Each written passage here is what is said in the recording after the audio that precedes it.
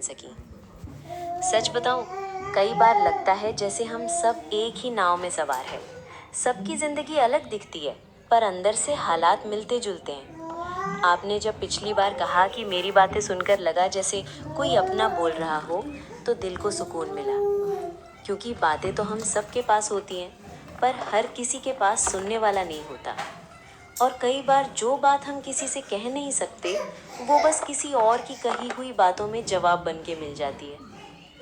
अगर आप इस वक्त अकेले बैठे हो या किसी काम में उलझे हुए हो, तो बस सुनते रहना। शायद आज की बातें मन को कुछ हल्का कर दें। अपनी गलतियों से नफरत मत कीजिए, उन्हें अपना गुरु बनाइए। हम सब ने कभी ना कभी कोई ऐसी बात कह दी होती है जिसका पछतावा बहुत देर तक रहता है, या कोई फैसला लिया जो सही नहीं था, या किसी रिश्ते में खुद को हद से ज्यादा झोंक दिया, और फिर मन में एक अपराध बोध बन जाता है। काश मैंने ऐसा ना किया होता, काश मैं थोड़ा और सोच लेती। पर क्या आप जानते हैं कि गलतियां आपकी दुश्मन नहीं होती, वो आपकी सबसे सच्ची गुरु होती हैं। जो सबक कोई किताब नहीं दे सकती, वो एक छोटी सी गलती सिखा देती है। सहनशीलता, समझदारी और आत्मसम्मान। मैंने अपनी ज़िंदगी में जो सबसे गहरे सबक सीखे हैं, वो मेरी गलतियों ने सिखाए हैं। उनसे मैंने सीखा कब रुकना है, कब बोलना है, कब माफ़ करना है और कब आगे बढ़ जाना है। इसलिए अगर आपने कोई गलती की है तो खुद को माफ़ कीजिए। सिर्फ बीज बोना भी एक काम है, फल आए या ना आए। कई बार हम ऐसा काम करते हैं जिसका रिजल्ट तुरंत नहीं दिखता, जैसे बच्चों को अच्छे संस्कार देना, घर में पॉजिटिव माहौल बनाए रखना, या खुद की ग्रोथ के लिए थोड़ा थोड़ा पढ़ना, लिखना, सीखना। इन कामों का कोई तुरंत अपलॉज नहीं मिलता, कोई लाइक नहीं आता, कोई तारीफ नहीं होती। पर याद रखिए, बीज जब बोया जाता है तो वो तुरंत पेड़ नहीं बनता। मिट्टी की गहराई में कुछ समय तक वो खुद को संवारता है, मजबूत बनाता है, फिर एक दिन फूट कर बाहर आता है। तो अगर आप भी कोई ऐसा काम कर रहे हैं जिसका फल अभी नजर नहीं आ रहा, तो हिम्मत मत हारिए। आप जो कर रही हैं वो वक्त के साथ एक मजबूत बदलाव का हिस्सा बनेगा। अपने शरीर की थकावट को अनदेखा करना बहादुरी नहीं है। हम औरतों को जैसे सिखाया ही नहीं गया कि थकावट भी एक संकेत है, एक अलार्म है जो कह रहा है कि अब थोड़ा रुक जाओ। पर हम क्या करते हैं, थकी होती हैं फिर भी हंसती हैं, बुखार होता है फिर भी किचन में खड़ी रहती हैं, कमर दर्द होता है फिर भी बच्चों का बैग उठाती हैं। क्यों? क्योंकि हम सोचते हैं घर मेरा है, जिम्मेदारी मेरी है, अगर मैं नहीं करूँगी तो कौन करेगा। पर सच ये है कि आपका शरीर भी आपकी सेवा में है, उसकी भी एक सीमा है। एक दिन मैंने अपनी छोटी सी थकान को इग्नोर किया और बाद में वो थकान बीमारी में बदल गई। तब डॉक्टर ने एक बात कही जो मैं कभी नहीं भूलूंगी। आपकी सेहत सिर्फ आपकी नहीं, पूरे परिवार की ज़रूरत है। अब मैं जब थक जाती हूँ तो खुलकर कहती हूँ, आज मुझे आराम चाहिए, क्योंकि बहादुर वही है जो खुद का भी ख्याल रखे। अपनी पहचान के लिए दूसरों की मान्यता पर निर्भर मत रहिए। हम अक्सर अपने अस्तित्व को दूसरों की मान्यता से जोड़ लेते हैं। अगर किसी ने तारीफ कर दी तो लगता है हम कुछ अच्छा कर रहे हैं, अगर किसी ने अनदेखा कर दिया तो लगता है शायद हम में ही कुछ कमी है। पर सोचिए, क्या आपकी पहचान किसी और की अप्रूवल से तय होनी चाहिए? एक समय था जब मुझे भी लगता था कि अगर मेरे काम को कोई नोटिस नहीं करेगा तो शायद वो काम ज़रूरी नहीं था। पर धीरे धीरे मैंने जाना कि महत्व वो नहीं जो कोई और बताए, महत्व वो है जो आप अपने काम में महसूस करें। अब मैं खुद को वैलिडेशन देती हूँ। जो मैंने किया उस पर खुद की नज़र से नज़र डालती हूँ और खुद से कहती हूँ, शाबाश, तूने बहुत अच्छा किया। क्योंकि जब आप खुद को पहचान देती हैं तो दुनिया की राय छोटी लगने लगती है। हर किसी की सोच को समझना आपकी जिम्मेदारी नहीं है। कभी कभी लोग आपको जज करेंगे, कभी आपकी चुप्पी को घमंड कहेंगे, तो कभी आपके फैसले को नादानी। और हम सोच में पड़ जाते हैं कि क्यों ऐसा कहा, क्या मैं सच में वैसी दिखती हूँ? पर सच्चाई ये है कि हर किसी के पास एक चश्मा होता है, वो आपको उसी से देखते हैं और आप उनके चश्मे को बदल नहीं सकती। अगर आप सबको समझाने में लग जाएंगी तो खुद की शांति खो देंगी। आपका मन साफ है, आपका इरादा नेक है, आप किसी को नुकसान नहीं पहुंचा रही, तो फिर किसी के सोचने से आप गलत नहीं हो जाती।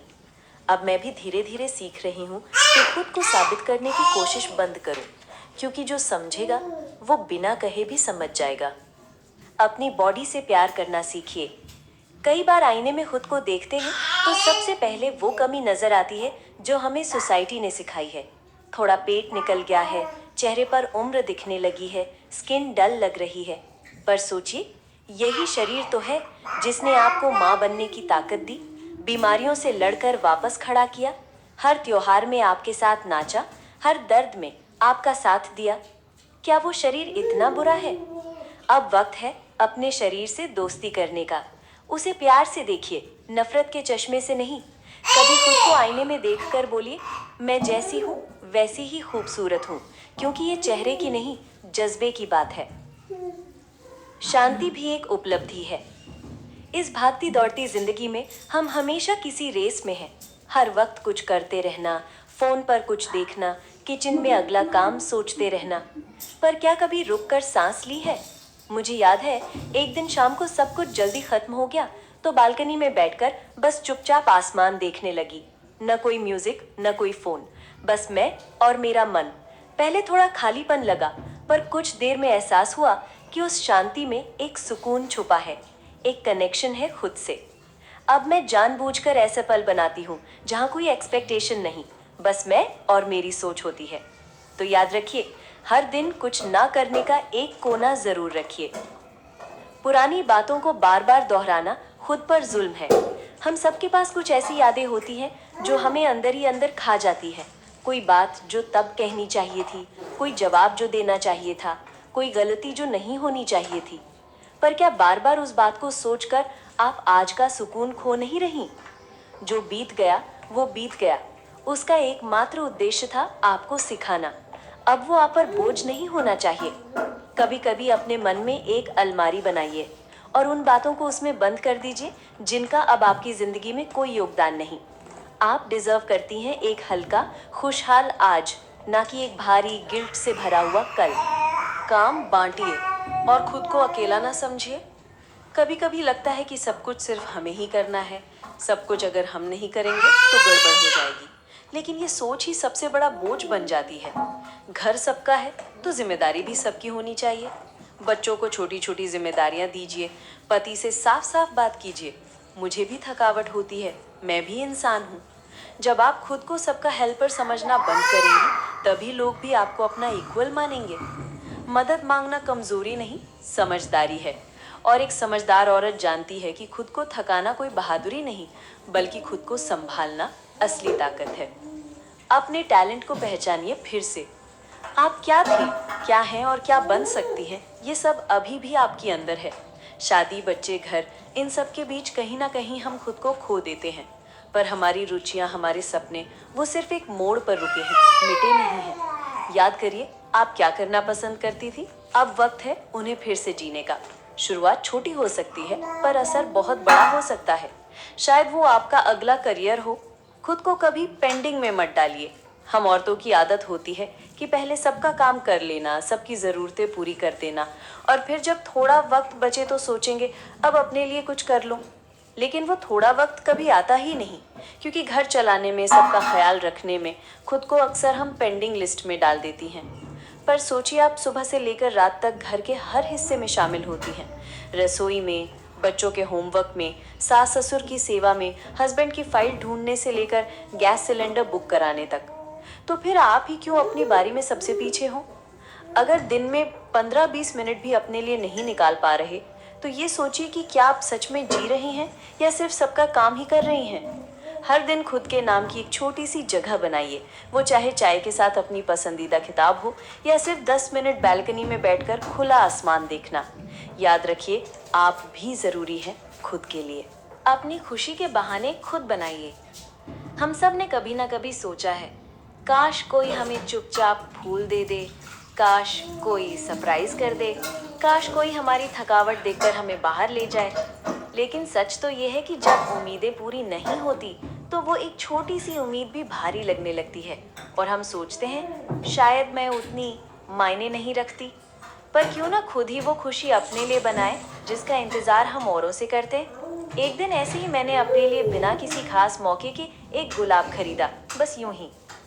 शुरू में थोड़ी झिझक हुई, पर जब घर आकर उसे पानी में रखा और देखा, तो पहली बार एहसास हुआ कि अपनी खुशी की चाबी अपने ही हाथ में होनी चाहिए। तो अगली बार जब आपका मन उदास हो, तो अपने लिए कुछ अच्छा कीजिए।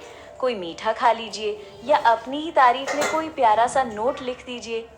आपका चेहरा भी मुस्कुराहट डिजर्व करता है, और वो मुस्कान किसी और के भरोसे मत छोड़िए। घर चलाना एक काम है और आप एक प्रोफेशनल हैं।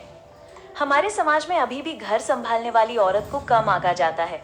अरे, घर पर ही तो होती हो, इतना टाइम होता है तुम्हारे पास, क्या काम करती हो?